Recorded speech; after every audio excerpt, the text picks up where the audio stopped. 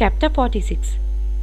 This chapter describes Shama's trip to Kashi, Prayag, and Gaya, and how Baba was there ahead of him. It also describes Baba's reminiscences of the past birth of the two goats. Preliminary. Blessed, O Sai, are your feet. Blessed is your remembrance, and blessed is your darshan, which liberates us from the bond of karma. Though your form is invisible to us now, still, if the devotees believe in you, they get living experiences from you. By an invisible and subtle thread, you draw your devotees from far and near to your feet, and embrace them like a kind and loving mother. The devotees do not know where you are, but you so skillfully pull the wires that they ultimately realize that you are behind them to help and support them. The intelligent, wise, and learned fall into the pit of the sansar on the account of their egoism. But you save, by your power, the poor, simple, and devout persons. Inwardly and invisibly, you play all the game, but show that you are not concerned with it. While you do things but pose yourself as a non doer, nobody ever knows your life. The best course, therefore, for us is to surrender our body, speech, and mind to your feet, and always chant your name to destroy our sins. You fulfill the wishes of the devotees and to those who are without any desires. You give bliss supreme. The chanting of your sweet name is the easiest sadhana for the devotees.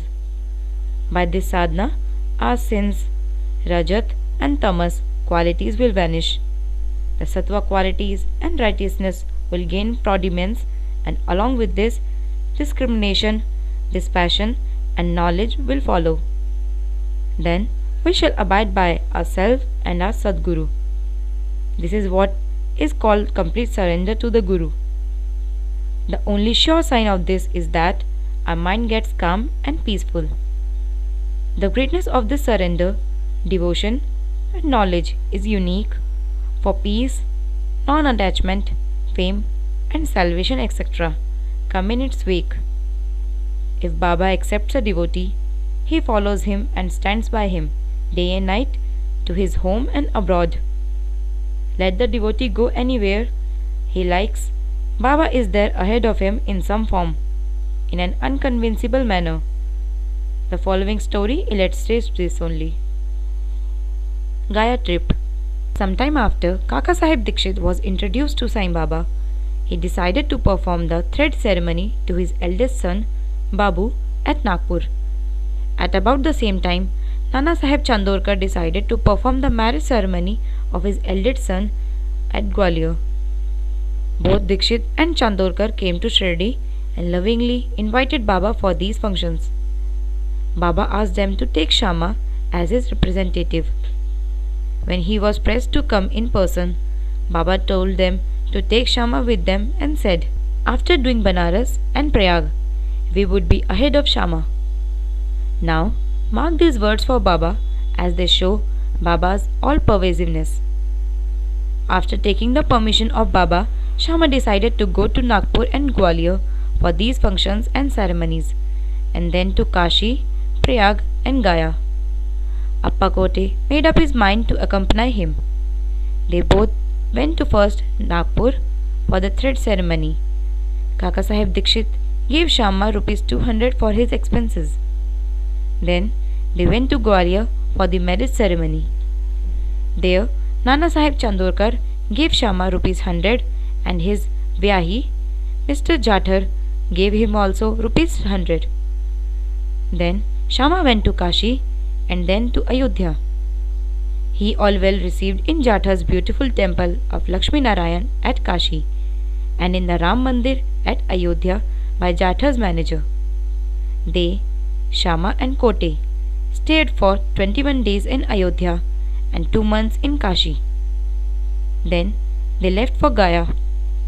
In the train, they felt little uneasy on hearing that plague was prevailing in Gaya. At night, they alighted at Gaya station and stayed in Dharamshala. In the morning, the Gaiwala who arranges for the lodging and boarding of the pilgrims, came there and said, "The pilgrims have already started. You better make haste." Shama casually asked him whether there was plague in Gaya. "No," said the Gayawala. "Please come without any fear or anxiety and see yourself." Then they went with him and stayed in his house, which was a big and spacious vada. Shama was pleased with the accommodation provided to him, but what pleased him was the beautiful big portrait of Baba fixed in the central and front portion of the building. On seeing this portrait, Shama was overwhelmed with emotion. He remembered Baba's words, which, after doing Kashi and Prayag, we would be ahead of Shama, and burst into tears. His hair stood on end, his throat was choked, and he began to sob. The Gayawala thought that he was afraid of plague prevailing there and therefore was crying. But Shama inquired from him how he got Baba's portrait there. He replied that he had 200 or 300 agents working in Manmad and Puntambe while looking after the convenience of the pilgrims to Gaya, and from them he heard about Baba's fame. Then, about 12 years ago, he went to Shirdi and took Baba's darshan. There, he was attracted by Baba's portrait, hung in Shama's house, and with Baba's permission, Shama gave it to him. This was the same portrait. Shama then remembered this incident. The Gayawala's joy knew no bounds when he learned that the Shama was the same person who obliged him before, was his guest now. Then they both exchanged love and service and were most delighted and happy. The Gayawala gave him a royal welcome. He was a rich man.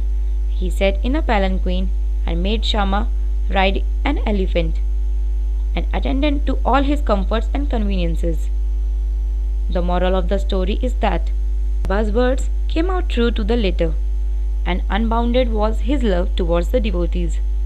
But leave this aside. He also loved all creatures equally, for he felt that he was one with them. The following story will illustrate this.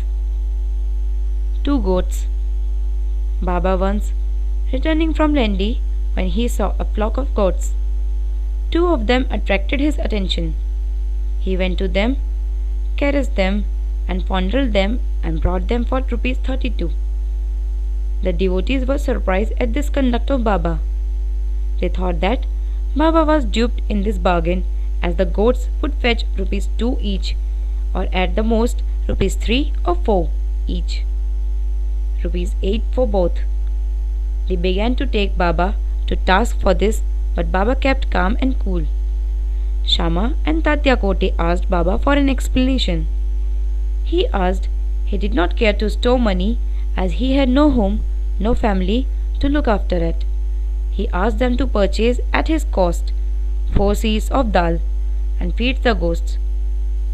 After this was done, Baba returned the goats to the owner of the flock and gave out the following reminiscences and stories of the goats. O Shama and Tatya, you think that I have been deceived in the bargain. No, listen to their story. In their former birth, they were human beings and had the good fortune to be with me and sit by my side. You twin brothers, loving each other initially, but later on they became enemies. The elder brother was an idle fellow, while the younger one was an active chap and earned a lot of money. The former became greedy and jealous and wanted to kill his younger brother and take away his money. They forgot their fraternal relations and began to quarrel with each other. The elder brother resorted to many devices to kill his younger brother, but all his attempts failed. Thus, they became deadly enemies, and finally, on one occasion, the elder gave a deadly blow with a big stick on the latter's head, while the latter struck the former with an axe, with the result that both fell dead on the spot. As the result of their actions, they were both born as gods. As they passed by me, I at once recognized them. I remembered their past history. By taking pity on them, I wanted to feed them and give them rest and comfort, and for this reason I spent all the money for which you blame me. As you did not like my bargain, I sent them back to their shepherd. Such was Sai's love for the